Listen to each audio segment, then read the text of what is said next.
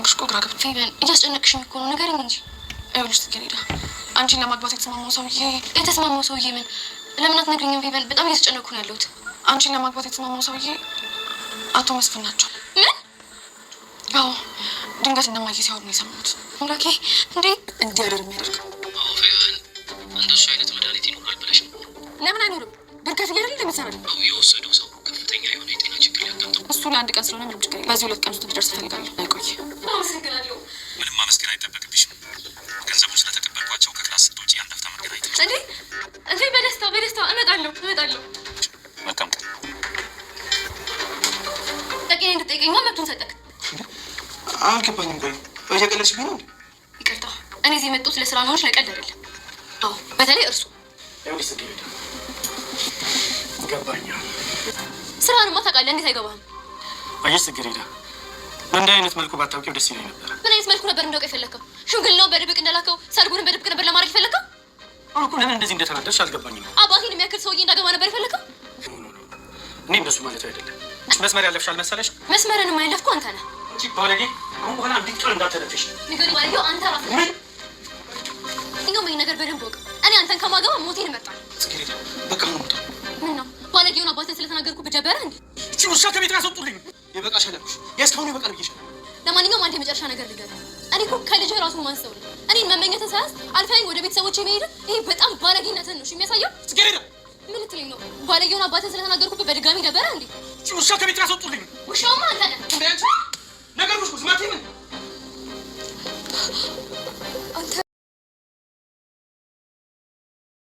ጽጌረዳ ለብዙ ጊዜ ጥያቄ የሆነባት ማንን ነው የማገባው የምትለው ባሏን ያላወቀችውን አቶ መስፍን እንደሆኑ ሚስጥሩን ደረሰችበት። ፌቨን እንግዲህ ልታገቢ የነበረው ሰውዬ አቶ መስፍን ነው በማለት ነግራታለች። ጽጌረዳ በጣም ሊተናደደችው አቶ መስፍን ጋር በመሄድ እንግዲህ አንቱ ሽማግሌ ለምን አይከበሩም? እንዴት ምን እያሰቡ ነው ነበር ያለችው። ሲጀምር ደግሞ ሌላ ሰራተኛ ፈልጎ ነበር ያለችውና አቶ መስፍን ግን ምን ሆነሽ ነው ልጄ? እንዴ ምን ሆነሽ ተበሳጭተሻል ነበር ያላት።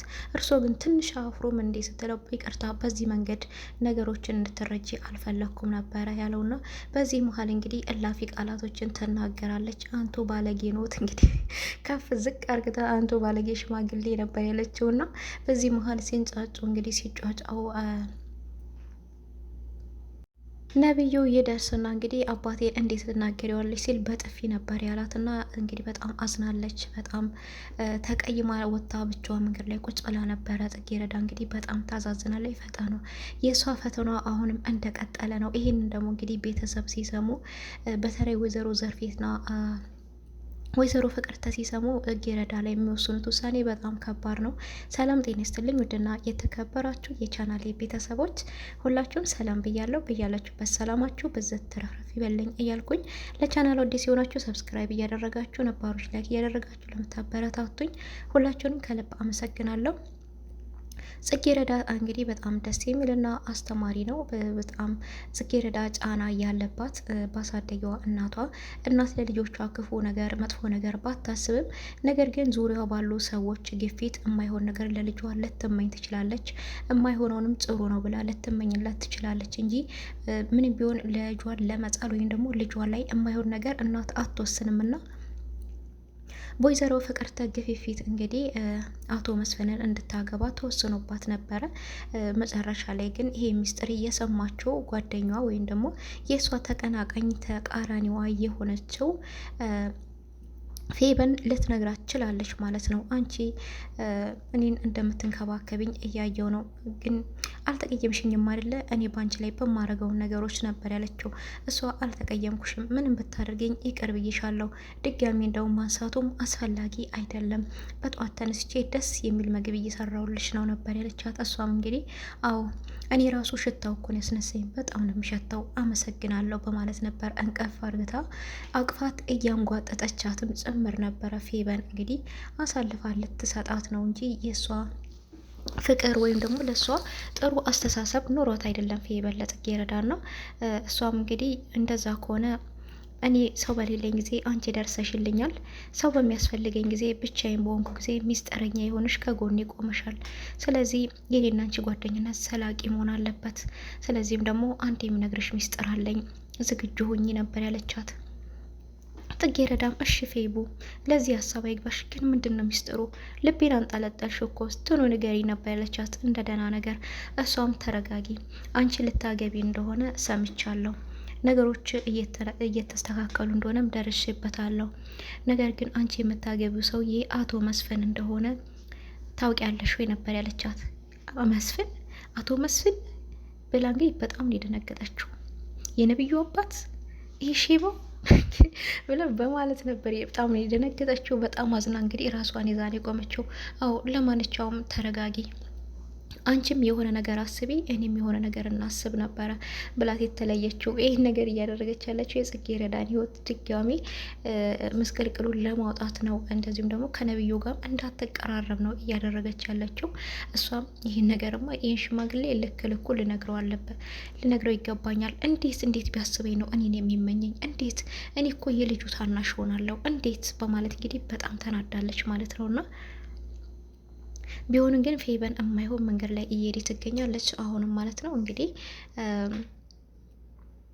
ነብዩ እሷን አይወዳትም። ነብዩን ግን የራሷን በማድረግ ነብዩ የተላከልህ ሽማግሌ በክብር እንኳን ባትቀበል በግዴታም ቢሆን የራሴ አደርግሃለሁ፣ እኔም ባትፈልገኝ መቼም ያረገዝኩልህ ልጅ ትተካት ኮበልልም አይደለ ብላ እንግዲህ ነብዩን በልጅ ለማሰር ሙከራ እያደረገች ትገኛለች። እውነት በነገራችን ላይ እንደ ሀገራችን ባህል ሲሆን እንዴት ነው? ሴት ልጅ ናት እንዴ ወደ ወንድ ልጅ ቤት ሽምግልና የምትልከው ወይስ ወንድ ነው ወደ ሴት ልጅ ቤት ሽምግልና የሚልከው? እንግዲህ እሷ በግድ ለራሷ እንደ ወንድ ሆና ሽምግልና ለመላክም ይመስላል ሀሳቧ። እንደሱ ሀሳብ እንደዛ ነው እንግዲህ የመጣለን ሽምግልና ባትቀበል በግዴታም ቢሆን የራሴ ያደርግሃለሁ በማለት እንግዲህ አንድ አስማተኛ ጋር በመደወል መድኃኒት እንድትቀመምልኝ እፈልጋለሁ፣ ለወንድም ይሆን ራሱን ስቶ ራሱን ጥሎ ከኔ ጋር እንዲያድር እንግዲህ ነበር ያለችው። እና እሱ ይሄ እንደዚህ አይነት መድኃኒት የለም ነበር ያላት። እንዴት አይኖርም ከፍያርል እንዲህ ማሰራው እያለች እንግዲህ ሰውየውን እየጮኸችበት ጨመር ነበርና እንግዲህ ሰውየውም አዎ ከፍለሽ ነው አውቃለሁ፣ ነገር ግን ይሄ ለሰውየው በጣም ትልቅ ጉዳት ያመጣበታል ነበር ያላት። ችግር የለውም ለአንድ ቀን ብቻ ስለሆነ ይቋቋሟል፣ ያልኩህን ብቻ በፍጥነት አደርስልኝ ነበር ያለችው።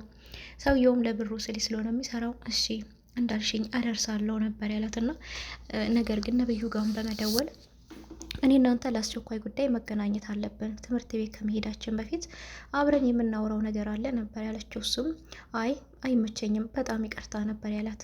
ይህን ጊዜ ስደውልበት እንግዲህ እሱ ከጽጌረዳ ጋራ ጥሩ ጊዜ እያሳለፉ፣ ጽጌረዳ አለባበሷ ማራኪና ውብ ቆንጆ አለባበስ ስለሆነ የለበሰችው ከእሷ ጋራ ፎቶ እየተነሳ ለማስታወሻ እያለ ነበረ። ጽጌረዳም የምን ማስታወሻ ነው? ለምንድን ነው ይህን ነገር ስንለያይ ወይስ ምናልባት ደግሞ አብረን ቀጥለን ይህ ላይ የተሻለ ደረጃ ስንደርስ እያለችው ነበረ። ነብዩን በጣም እየከፋውና እያዘነ ጽጌረዳ እኔ ይሄን ነገር እኔና አንቺ አብረን ኖረን ልጆች አፍርተን ምናልባት ወደፊት ከስንት ዓመታት በኋላ እንድናየው ነው የምፈልገው፣ እኔና አንቺ እንደዚህ በዋዛ መለያየት የለብንም እያላት ነበር። እሷም አዎ መለያየት የለብንም ደግሞ ምን ያለያየናል እያለችው ነበር። ለዚህ ሀሳብ አይግባክ እያለችው ነበር። በትንሽ ነገር ለሚፈናቀሉት ማለት ነው። ፌበን እንግዲህ አብረን መገናኘት አለብን፣ እኔ ያለሁበት ቦታ ድረስ ልትመጣ ይገባል ብሏለች። እሱም ግን አይመቸኝም አስቸኳይ ጉዳይ ያለኝ ነበር ያላትና በተደጋጋሚም እየደወለችበት ነበረ። እሱ ግን ሌላ ቀጠሮ እንዳለው እንደዚሁ ጽጌረዳ ሴት ናት እያለት ነበረ። ጽጌረዳ ደግሞ ለምን ፈለካት? ቀጠሮ እኮ ዛሬ ከኔ ጋራ ነው እያለችው ነበር። አዎ ቀጠሮ ነበረ እንዴ? እረስችዋለሁ፣ ወደ ሌላ ጉዳይ እየሄድኩ ነበረ ቢላትም እሷም ሬስቶራንት ተቀምጬ እየጠበኩ ነው፣ ቀጥታ እኔ ወዳለሁበት ልትመጣ ይገባል ነበር ያለችውና እሱም እሺ እመጣለሁ በቃ እዛው ጠብቂ ነበር ያላት። ሌላው በጣም አሳዛኙ እንግዲህ ጽጌረዳ ዮናስ የሚባል ሰውዬ ስራ እንዳገኘላት ቢነግራትም ነገር ግን ዛሬ ደውሎላት እንኳን ደስ አለሽ፣ ሰዎቹ ቅድመ ክፍያ የ1 ወር ብር ተቀብዬልሻለሁ፣ እንደዚሁም ከአንቺ ጋር ለመስራትም ደግሞ ተስማምተዋል፣ ተማሪም እንደሆንሽ ነግሬያቸዋለሁ፣ ስለዚህ በትምህርት ሰዓት በሚመች ሰዓት ከአንቺ ጋር ለመስራት ፈቃደኛ ሆነዋል፣ እሺ ብለዋል ነበር ያላት። በጣም ነው ደስ ያለ ጽጌረዳ። እውነትን ነው ዮናስ፣ እውነትን ነው ነገር ሁሉ ተሳካ እያለችው ነበር። አዎ እንኳን ደስ አለሽ፣ ሁሉም ነገር ተሳክቷል፣ መተሽ በአካል ተገናኝተን ብሩን ሰጥሻለሁ፣ ስራሽን ትጀምሪያለሽ ነው ያላት። ይህን ስታወራ ነብዩ እየሰማት ነበርና ምንድነው የምታወሪው? ማን ነው? ምንድነው የሚል ጥያቄ እየጠየቃት ነበር። ዝም ነበር ያለችው። ጽጌረዳ አንቺን ነው መልሽልኝ ብላትም ምን አገባክ? ይመለከትሃል ወይ? እኔ የማወራውን ሁሉ ለአንተ መንገድ ይጠበቅብኛል ወይ ነበር ያለችው። እሱም እንዴት እንደዚህ አይነት አነጋገር ትመልሽልኛለሽ? አንቺ በእኔ እየተጫወሽብኝ ነው እንዴ? ዲራማ እየሰራሽ ነው እንዴ በእኔ? እንዴት እንደዚህ አይነት መልስ ምትመልሽልኝ? ማን ነው? ምንድነው የምታወሪው? በማለት ነበር እንግዲህ ጠየቃት። ጽጌረዳ ልትነግረው ፈቃደኛ አይደለችም። በጣም ቢናደድም ግን ይህን ነገር ልትነግሪኝ ይገባል፣ ተረጋግተሽ ነበር ያላት። ብትነግረው ግን ለእሷ በጣም ጥሩ ነበረ። እሷ ግን ልትነግረው አልፈለገችም። ጽጌረዳ ነገሮችን ገልጣ አርግታ ባለመናገሯ ወደማይሆን ህይወት ውስጥ ወደማይሆን ቦታ ለመግባት ነው እንግዲህ ወስናለች ማለት ነው። እሷ ጥሩ ነገር ብላ ብታስብም ከጀርባው እንግዲህ የተጠነሰሰላት ሌላ በጣም አሳዛኝ ታሪክ ነው ማለት ነው። እሱን የምንመጣበት ይሆናል። እንደዚሁም ጽጌረዳና ነብዩ እንግዲህ ሊሳሳሙ ሲሉ የሼባ ሽማግሌ ጉንፋን እንደያዘው ሰው እያሳለ በቃ ኔትወርካቸውን ዘጋባቸው። ፎቶ እየተነሱ እነሱ ሊሳሳሙ ሲሉ እንግዲህ እሱ በቃ ያስለዋል ማለት ነው። ካሜራ ኑሮት በካሜራ ይከታተላቸዋል ይመስለኛልና እነሱ ሊሳሳሙ ሲሉ እሱ ያስለዋል ማለት ነውና ቢሆንም ግን በጣም እየጠጣም እንደሆነ የሌለ ስሜት ውስጥም እንደገባ ነብዩ እየተናገረ ነበረ። ጽጌረዳ ግን ይሄ ሽማግሌ ጤነኛ ነው? ለምንድን ነው የሚጠጣው? ለምንድን ነው የሚጠጣው? መጠጥ እኮ ከመድኃኒት ጋር ለሱ አይመከርም። ነብዩ እንዴት ዝም ትለዋለህ? እያለች እንግዲህ ነብዩን እየተቆጣችው ነበረና ግን በስተመጨረሻ በቃ ልጠብቀው እዚሁ ብላ ጠብቃም አልነሳ ሲላት ምግብ ሰርታለት እንግዲህ ወደ ክላሱ ይዛለት ሄዳ ነበረና እንዳበደ ሰው ነበር አልጋ ላይ ውርውር ያደረገችለት። እንዴ ጽጌረዳ ምኖሽ ነበር ያላት። ጽጌረዳም አይኖቿ አንባ ሞልተው አንባ እያቀረረች ባይኖ እንግዲህ ከዛሬ ጀምሮ ሌላ ሰራተኛ ፈልግ ነበር ያለችው። እንዴ ጽጌረዳ ምን አጠፋን? የበደልንሽ ነገር አለ? ያጠፋነው ነገር አለ? እኔ ወይስ ልጄ ያስቀየምንሽ ነገር አለ? ምንድን ነው ነበር ያላት። እናንተ ክብር የላችሁ። እንዴት እንደዚህ አይነት ነገር ታስባለህ? እንዴት ብለህ አሰብከው? እኔ መመኘትህ ሳይቀር ደግሞ ድጋሚ ሽምግልና እንዴት ትልካለህ ነበር ያለችው። ኦ ጽጌረዳ ሶሪ፣ በዚህ መንገድ እንድታውቅ አልፈለግኩም ነበረ፣ በጣም ይቅርታ ነበር ያላት። እሷም እኔ አንተን ይቅርታ አልፈልግም። እኔ እኮ ያንተ እኩያ አይደለሁም። ለምን እኩያን አትፈልግም? እኔ እኮ ግፋ ቢል ልጅህ ነኝ እኮ፣ የልጅህም ታናሽ ነኝ እኮ። እንዲህ ስትል እንደዚህ ነገር የምታስበው ነበር ያለችውና አይ እንግዲህ እንደዚህ አይነት ንግግር አትናገሪ፣ ራስሽን አስከበሪ፣ ተከበሪ። ምን ጥላለች እቺ አይጥ ነበር ያለትና እርሶ ራስዎት ተከባበሩ እንጂ እርሶ ራስዎት ተከበሩ። እርሶ ነት ውሻ እኔ እንዴት ይመኛሉ? ባለጌ ኖት ነበር። መጀመሪያ ከባለጌ ኖት ወደ ባለጌ ነህ ተቀይሮላችኋል ማለት ነው ለአቶ መስፍንና በዚህ መሀል እንዴት ነው እንደዚህ የምትናገሪኝ? አንቺ ባለጌ ያሳደገሽ ውጭልኝ ከቤቴ ነበር ያላትና በዚህ ሰዓት ሲጫጫው ነበር ነብዩ እየሮጠ የመጣው። እንዴ ምንድን የተፈጠረው? አባዬ ቆይ ምንድን የተፈጠረው? ጽጌረዳ አንቺም ተረጋጊ፣ አባዬ አንተም ተረጋጋ ነበር ያለውና እቺ ውሻ አስወጣልኝ ነበር ያለው። አንተ እንዴት እንደዚህ ትመኛለህ? ውሻ ነህ አንተ ራስህ። እንዴት እኔ መመኘትህ ሳይቀር ደግሞ እንዴት ሽምግልና ትልካለህ? ምን አይነት ወራዳ ሽማግሌ ነህ ነበር ያለችው። በጣም የተናደደው የነብዩ አባት። ነብዩም እንግዲህ ጽጌረዳ ተረጋጊ፣ ነገሮቹ እንደዛ አይደለም እያላት ነበርና ጽጌረዳ ግን ልትረጋጋ አልቻለችም። ምን ነው ባለጌ አባትህን ስለተናገርኩብህ ነው ነበር ያለችው። በዛን ሰዓት ነበረ በጥፊ ድርግም ያደረጋት። በጥፊ ክፉኛ ሲመታት እንግዲህ አፍንጫዋ ደማ፣ በጣም አለቀሰች፣ ደነገጠ። ነብዩም ይቅርታ ጽጌረዳ፣ እንደዚህ ይፈጠራል ብዬ አስቤ አይደለም፣ ልጎዳሽ አስቤ አይደለም፣ ሳላስበውን የመታዎች ነበር ያለው። አቶ መስፍንም በጣም ደነገጠ። በሉ ከእንግዲህ ወዲያ ጽጌረዳ የምትባል ሴትዮ ልጅ እዚህ ቤት አትመጣም በማለት ነበር የወጣችው። መንገድ ላይ ሞታ ቁጭ ብላ እያለቀሰች ይሄ ነገር እንዴት ይፈጠራል? እንዴት ሊሆን ቻለ? እያለች ነበርና ነገር ግን ብቻዋን እያዘነች ባለችበት ሰዓት መኮንን ወደ እሷ መጥቶ አንዳንድ ነገሮችን ሊጠይቃት ሙከራ እያደረገ ነበረ። ለመኮንን ምንም አይነት ነገር ልትነግረው ፈቃደኛ አይደለችም ከማልቀስ ውጪ። እሱ ግን እንደምንም ብሎ ንዴቷን አረስረስቷት ነበርና ያው ካለችበት ሙድ ውስጥ ቢያስወጣትም ነገር ግን ሚስጥሩን ልትነግረው ፈቃደኛ አይደለችም ማለት ነው። እሱም አይዞሽ በቃ እያላት መንገድ እየሄዱ ነበረ። እናትየዋ እንግዲህ እነሱ አብረው ሲሄዱ እየተመለከተ እቺ ልጅ ዱርዬ የሆነች ይሄ ሽማግሌ ቶሎ በወሰደልኝ እቺ ልጅ እያለች ነበረ። ነገር ግን ጽጌረዳ ሚስጥሩን እንደደረሰችበት አላወቀችም። ጽጌረዳ ይሄን ሚስጥር እንዳወቀች እንግዲህ ወይዘሮ ፍቅርትና የጽጌረዳ እናት ስሰማ ምን ይፈጠራል የሚለውን በቀጣይ ይዤላችሁ መጣ ይሆናል። ጽጌረዳ ድራማ ለዛሬ ይዤላችሁ የመጣሁት ይህን ይመስላል። በቀጣይ ቪዲዮ እስከምንገናኝ ቸር ሰንብቱልኝ።